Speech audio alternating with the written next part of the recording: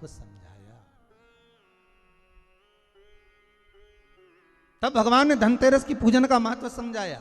सुनो किसान, मृत्यु लोक में रहने वाला मानव अगर धनवंतरी की पूजन करता है, धनतेरस के दिन कार्तिक महीने में पड़ने वाली सुंदर त्रयोदशी तिथि को जो धनवंतरी की पूजन करेगा, उसके घर से लक्ष्मी कभी बाहर नहीं जाएगी। नारायण जैसे बोले तो किसान तुरंत प्रसन्न हो गया। प्रभु प्रभु आप मुझे वो उपाय, आप मुझे वो पूजा का प्रयोग, आप मुझे वो महत्व उस धनवंतरी पूजन का, उस धनतेरस की पूजन का बता दीजिए, जिससे मेरा कल्याण हो जाए, जिससे मेरा उद्धार हो। भगवान विष्णु बोले, किसान सुनो, ये धनवंतरी मेरा ही एक अंश होता है।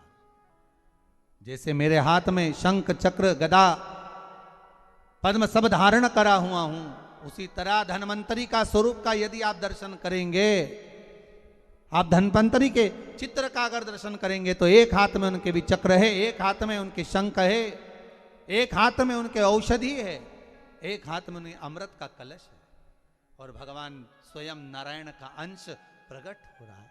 बोल धनवंतरी भगवान की, धनवंतरी भगवान की। कहते हैं धनवंतरी भगवान का प्रागट्य जब हुआ था तो भगवान शंकर ने धनवंतरी देव को देखकर कहा, वाह रे प्रभु वाह, क्या सुंदर स्वरूप धारण कर कर आए हो प्रभु। जब मेरे लिए विष लेकर आए थे तब एक आनंद दूसरा था, पर आज अमृत लेकर आए हो, उसका आनंद दूसरा है। बहुत अलग अलग बातें महाराज जी। शिव महापुराण की कथा कहती है, दो तरह की वाणी होती है। एक में आपने क्रोध कर दिया, आप शब्द कह दिया, ताना दे दिया, गालियां दे दी, और एक शब्द अमृत का मीठा बोल दिए, प्रेम की वाणी बोल दी, उसका एक आनंद दूसरा है, उसका एक संबोधन दूसरा है। एक विष लेकर आ रहा है, एक अमृत लेकर आ रहा है। शिव जी कहते हैं जो अमृत लेकर आ रहा है उसका आनंद ही दूसरा है, उसके चेहरे की चमक ही दूसरी है। भगवान विष्णु कहते हैं, सुनो किसान, मैं आपको धनवंतरी पूजन का विधान बताता हूं। भगवान कहते हैं, किसान, सुंदर कृष्ण पक्ष की त्रयोदशी को कार्तिक के महीने में धनवंतरी देव का पूजन, धनतेरस का पूजन माना जाता है। सुनो किसान, एक सुंदर भूमि पर देसी गाय का गोबर से लीपन कर कर, अगर गाय का गोबर ना मिले, सुंदर जल से लीपन कर कर वहां एक सुंदर चौक को पूर कर, आप सभी को ज्ञात होगा कि चौक पूरने में रंगोली का प्रयोग नहीं होता। आप लोगों को मालूम होगा चौक पूरने में आटा और हल्दी का प्रयोग होता है। काय का प्रयोग होता है? आटे और हल्दी का प्रयोग। आटे हल्दी का प्रयोग क्यों होता है? क्योंकि आटा समृद्धि को बढ़ाता है, लक्ष्मी वैभव को बढ़ाने वाली हल्दी होती है। इसलिए जब चौक पूरा जाता है भूमि पर तो चौक पूरते समय आटा हल्दी का प्रयोग करते हैं। थोड़ा सा चावल का दाना या गेहूं का दाना रख दिया जाता है, उसके ऊपर एक सुंदर चौकी, एक चौरंग, एक पाटा रख दिया जाता है। भगवान विष्णु बता रहे हैं किसान को धनतेरस के पूजन का वर्णन, और जो भगवान विष्णु ने बताया है वही पूजन का वर्णन आप लोग श्रवण कर रहे हैं। आज धनतेरस है, आज धनतेरस का प्रयोग कर पूजन करें और शिव महापुराण के इस भाव को, विष्णु पुराण के इस भाव को, स्कंद पुराण के इस भाव को आप धारण करें, और जो विधान भगवान विष्णु बता रहे हैं उसके हिसाब से, उसके अनुसार आप लक्ष्मी का पूजन, धनतेरस का पूजन करें। चौकी लगाएं, चौरंग लगाएं, पाटा लगाएं, उस पाटे पर एक सुंदर लाल वस्त्र धारण करा दें, लाल वस्त्र बिछा दें। एक थाली लें, उस थाली पर कंकु से, रौली से, कुंकू से गिला कर कर स्वस्तिक का निर्माण कर दें। स्वस्तिक का निर्माण कर कर घर में अगर चांदी का सिक्का हो, अगर चांदी का सिक्का नहीं हो चांदी का कॉइन नहीं हो तो अपने घर का 1 का सिक्का, 2 का सिक्का, 5 का सिक्का, 10 का सिक्का, जो भी आपके घर में हो वो कॉइन ले लें। महाराज उसको थाली के अंदर रख दें स्वस्तिक के ऊपर, फिर उसका स्मरण करें। आटे के 7 दिए बनाएं, एक थाली में, एक प्लेट में रख लें, घी के दिए बनाएं और उसमें सुंदर बाती को लगा दें। ध्यान दीजिएगा, इसमें जो बाती लगेगी वो लंबी बाती लगेगी। लक्ष्मी जी की पूजन में जितनी भी बाती लगे वो लंबी लगे। महाराज घी के दिए लगा दें 7, सातों दियों को प्रज्वलित कर लें, प्रकट कर लें। एक दिया तेल का लगा लें।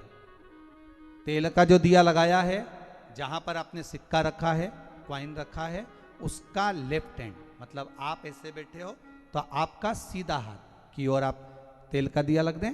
और जो 7 दिए आपने लगाए हैं वो लक्ष्मी जी के राइट हैंड, मतलब आपका लेफ्ट हैंड हो गया, लक्ष्मी जी का राइट हैंड, आपका लेफ्ट हैंड हो गया, आपका उल्टा हाथ। वहां पर 7 दिए जो आपने प्रज्वलित करे हैं वो प्लेट में रख दें। सुंदर थाली जो आपने पूजन की तैयार करी है उसमें कुंकू, रोली, हल्दी, अबीर, गुलाल, चंदन, मौली, लाल धागा, मौली, अमरबेल के टुकड़े, कमलगट्टे, हल्दी की गांठ, सुंदर भाव में उसको रख लें। जल का पात्र सुंदर आनंद से, जो क्वाइन चांदी का और देसी क्वाइन आपने जो रखा है उसका जल से पूजन करें। लक्ष्मी पूजन का समय अलग अलग होता है, पर धनतेरस की पूजन का जो समय है वो प्रदोष काल से प्रारंभ हो जाता है। कब से प्रारंभ हो जाता है? प्रदोष, क्योंकि शिव के द्वारा निर्मित है लक्ष्मी पूजन का भाव। महाराज क्वाइन का पूजन करें, कंकु आदि से पूजन करने के बाद दोनों सिक्कों को उठा लें। दोनों क्वाइन, जो चांदी का सिक्का है और जो देसी क्वाइन है, उसको उठाकर उस पर जो कलेवा है, मौली है, नाड़ा है, लच्छा है, उसको लपेटना प्रारंभ कर दें और उसको लपेटें। पहले चांदी का सिक्का लपेट दे, फिर देसी सिक्का जो आपने रखा है 1, 2, 5, 10 का जो सिक्का रखा है उसको लपेट, थाली में उसको रख लें। फिर वापस उस पर जल का छींटा देकर उसका पूजन करें। महाराज हल्दी, रौली, मौली, चंदन आदि लगाकर सुंदर भाव से चावल को हल्दी में भिगो लें और पीले चावल कर कर उल्टे हाथ में चावल लेकर माता लक्ष्मी के ऊपर जो 2 सिक्के रखे हैं उनका पूजन करें।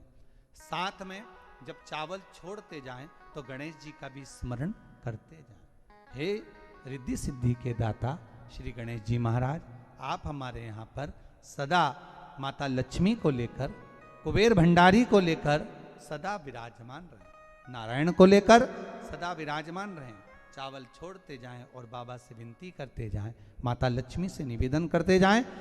भगवान शिव का स्मरण करें, भगवान नारायण का स्मरण करें, माता लक्ष्मी का स्मरण करें, रिद्धि सिद्धि के दाता भगवान श्री गणेश जी महाराज का स्मरण करें, छोड़ते जाएं। जब चावल पूर्ण छोड़ देवें, पूजन पूरी तरह से हो जाए, तब महाराज 7 सुंदर आनंद से अमरबेल के टुकड़े, अमरबेल वृक्ष पर एक पीले कलर की बेल चलती है, पीली, उसमें पत्ते नहीं होते, वो किसी भी वृक्ष पर डली रहती, वो अमरबेल कहलाती।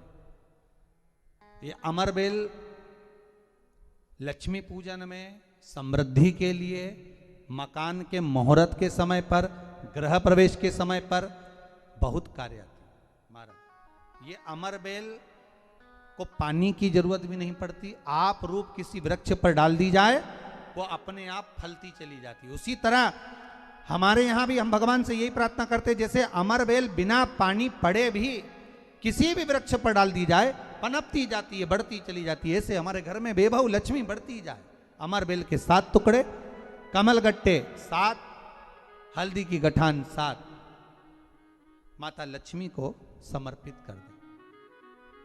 दोनों हाथों में हल्दी पिसी हुई लीजिए और माता लक्ष्मी के ऊपर उसे चढ़ाना प्रारंभ कर दीजिए। 7 बार पिसी हुई हल्दी वो सिक्कों पर चढ़ा दें, अपनी मनोकामना कर कर अपने घर में माता लक्ष्मी को विराजमान करने के लिए। जब हल्दी पूर्ण चढ़ जाए, हाथ में कुंकू ले लीजिए, रोली ले लीजिए, उस रोली कुंकू को भी माता लक्ष्मी को समर्पित करिए। तब इसके पश्चात सुंदर जो भी घर में मिष्ठान हो, मीठा हो, नहीं हो, शक्कर हो, गुड़ हो, मिश्री हो, जो भी आपके पास में हो, खड़ी शक्कर हो, वो भगवान को, माता लक्ष्मी को भोग रख दीजिए। अगर कुछ मीठा बना हो तो मीठा रख दीजिए। महाराज घर में संपूर्ण पूजन कर कर, आपके घर में जो देवालय में भगवान बैठे हैं उनका भी पूजन करिए। पूजन करने के पश्चात आप माता लक्ष्मी से निवेदन करिए, हे माँ आप हमारे यहाँ सदा विराजमान हो। महाराज ये जो पूजन है भगवान विष्णु जो बता रहे हैं किसान को, ये 5 दिन की पूजन है पूरी पूरी।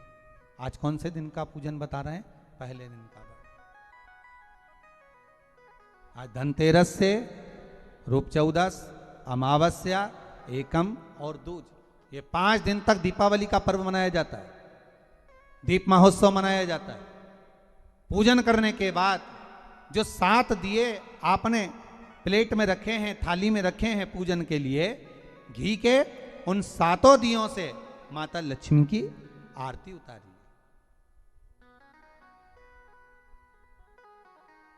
उन 7 दियों से माता लक्ष्मी का पूजन करिए, माता लक्ष्मी से विनती करिए, मां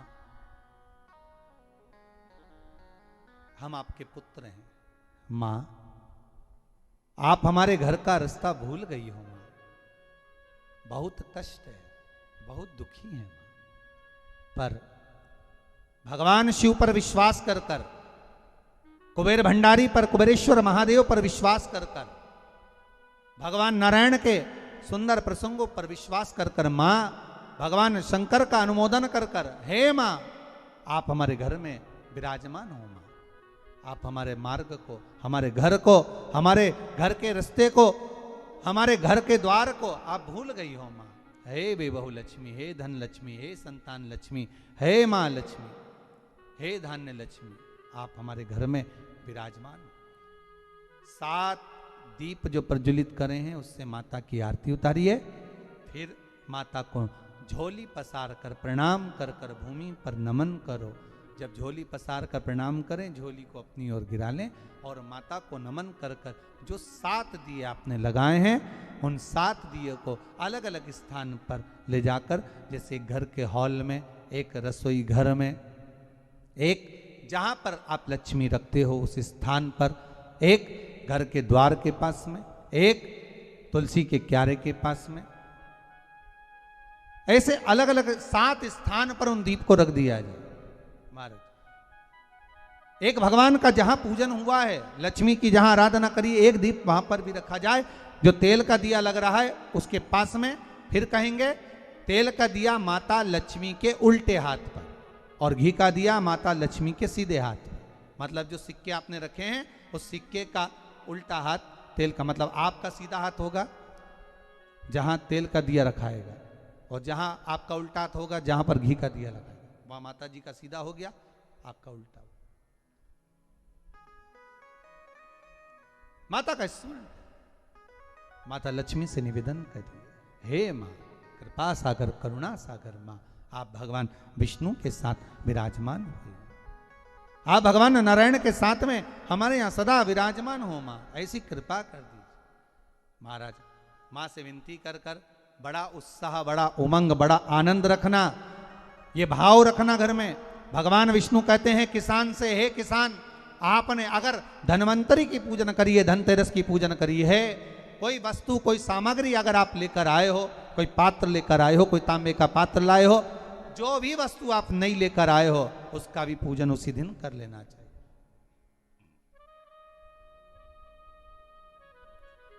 उसका भी पूजन कर लेना चाहिए। बड़ा भाव रखकर भगवान विष्णु ने किसान को बताया, बड़ा भाव। किसान सुनकर बड़ा प्रसन्न हुआ। नारायण प्रभु क्या मां फिर मेरे घर में रहेगी? भगवान कहते हैं सुनो किसान, ये लक्ष्मी अगर आप धनवंतरी का पूजन करते हो, धनतेरस का पूजन सुंदर कार्तिक के महीने की कृष्ण पक्ष की त्रयोदशी को अगर आप कर रहे हो, तो ये लक्ष्मी भले मेरे साथ बैकुंठ में जाकर रहे, पर लक्ष्मी का एक अंश तुम्हारे घर से कभी नहीं जाएगा, वो सदा विराजमान रहेगा। ऐसी है मां धन्वंतरी की पूजन।